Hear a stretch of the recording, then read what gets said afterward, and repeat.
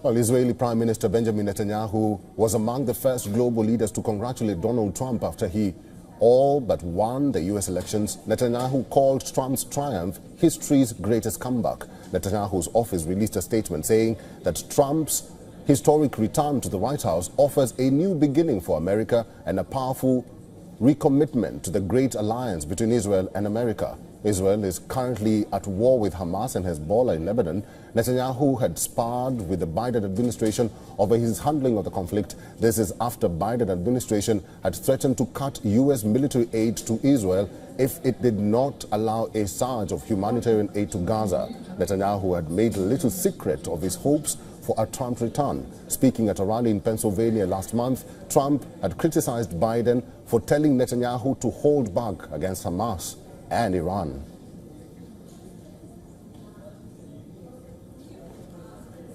All right, let's talk to Dr. Farshidbagherian from Tehran. He is a political analyst at the West Asia Studies Center.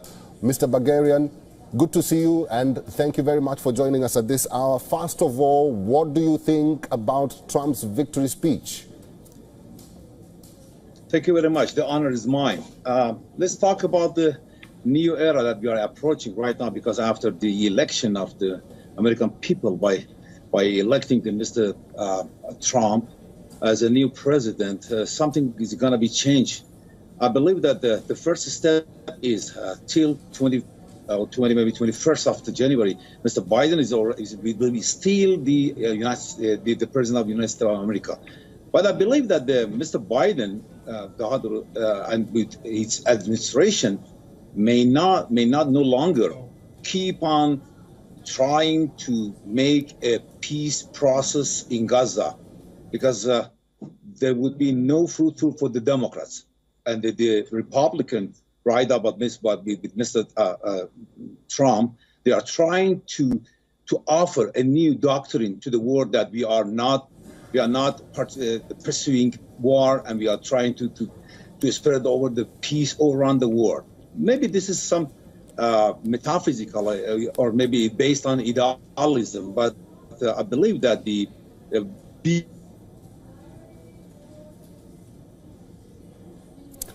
seem to have lost Mr. Bagherian. We'll have him back again at this hour. But there's so many leaders who are congratulating Donald Trump. We have the Indian Prime Minister Narendra Modi. We have the Israel Prime Minister Benjamin Netanyahu. We have the French President Emmanuel Macron. And we have El Salvador President Nayib Bukele, who are all congratulating Donald Trump on his win. This election has not yet been called, but Donald Trump says he is in the lead because most of the votes have gone to the Senate and have gone to the Congress, because the Republican is emerging victorious, or is emerging ahead of the Democrats. And we are yet to hear from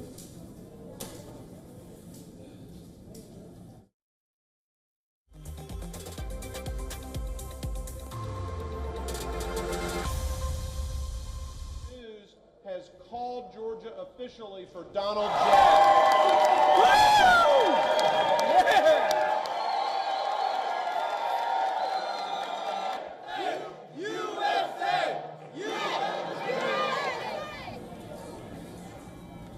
All right, so these are some of the celebrations from Florida, where Trump did make his victory speech moments ago, and America is waking up to a new dawn of Donald J. Trump returning to the White House. He says that he will unify the country. He says that he will make America great again.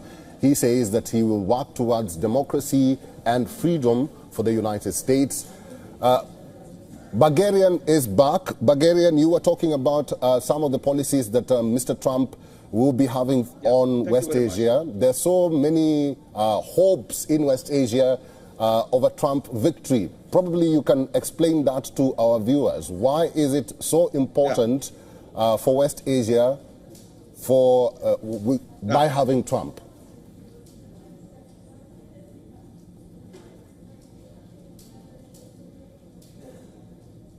Mr. Bagherian?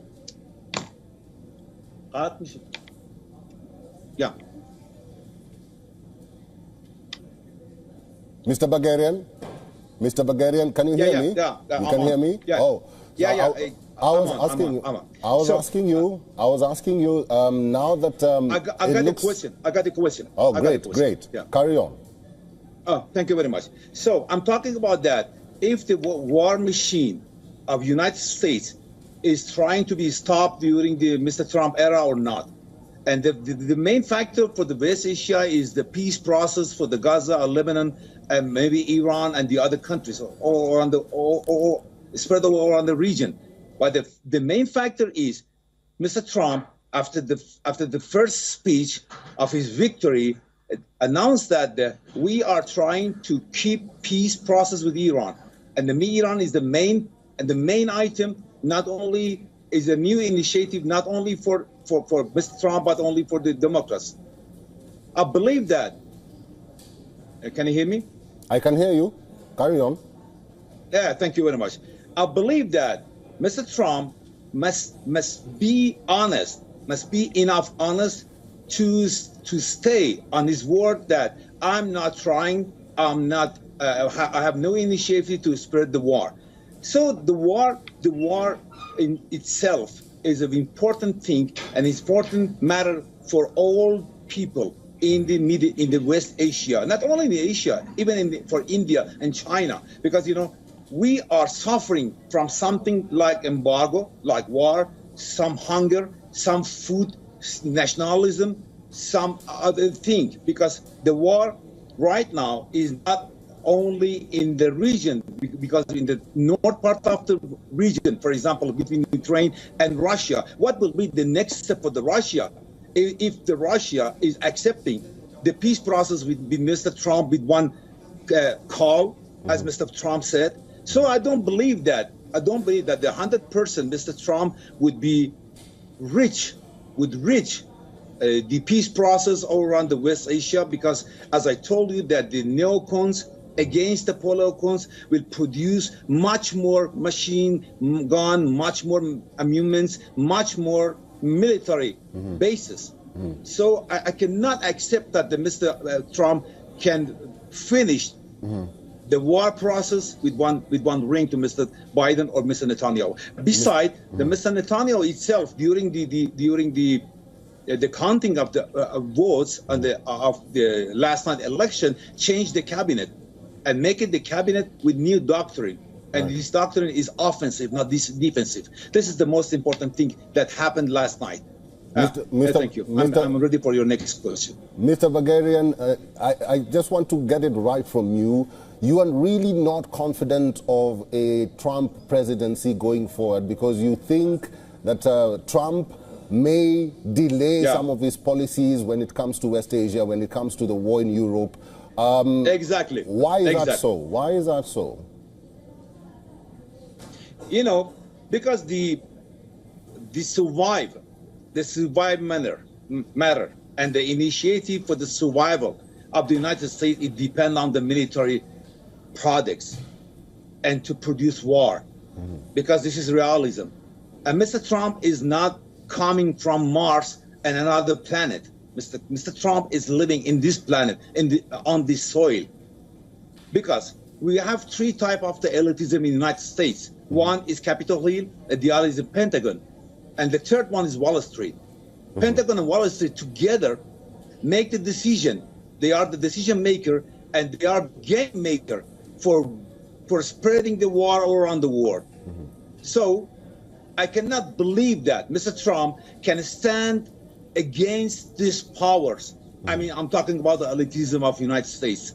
So I'm not trying to discriminate the Mr. Trump. No, Mr. Trump has no power, because remember that Mr. Trump, 2 months before, maybe more than 2 months before, from this court to another court, every other week he has his own court. And the penalty for the first court was more than $450 million. And Mr. Trump was not able to pay for that. Right. Didn't pay for that. Somebody else paid for Mr. Trump. So for this reason, Mr. Trump can start the war.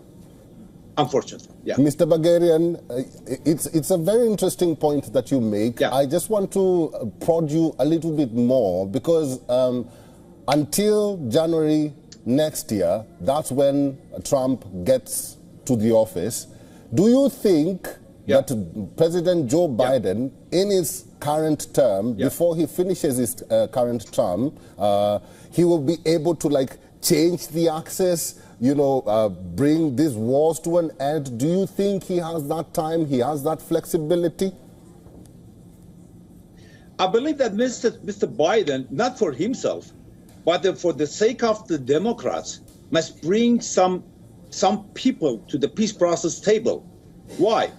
Because Mr. Biden is trying to do that because if some assassination happened, for example, in the United States, again, Mr. Trump, it would be some new process by changing the Constitution of the United States, maybe some new kind of the election, I mean, preemptive election, it can be foreseen. So Mr. Biden trying to make people sit down to the peace process table just for the Democrats. Just for the sake of the Democrats. All right, I think we'll have to leave it there. I've been talking to Dr. Farshidbagherian. He's a political analyst at the West Asia Studies Center. He's live in Tehran. Mr. Bagherian, we'll have to leave it there. Thank you very much for talking to us today. Thank you very much. Thank you very much for the invitation. Have a good day. Bye. For all the latest news, download the WION app and subscribe to our YouTube channel.